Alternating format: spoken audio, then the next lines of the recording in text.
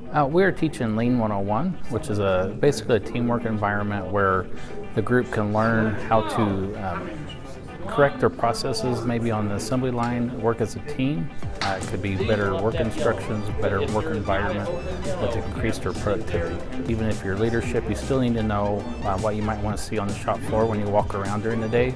And it also allows the operators to have ideas on how to basically make their operations more efficient and where they communicate to their boss to become better as a company as a whole.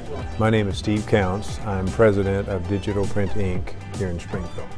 My immediate thought is I have some work to do when I get back to the office, and I want to implement at least two of the items already that we learned today. One is the method of trying to determine what's used and what's not used in our office location.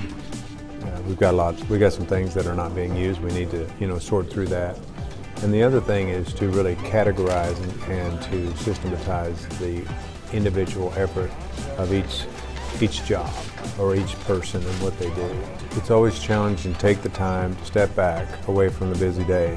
But generally what happens is you see things that you can then fix and change, and then you'll get it all back and then some more. 1, 2, 3. Lean. Okay, stay in there.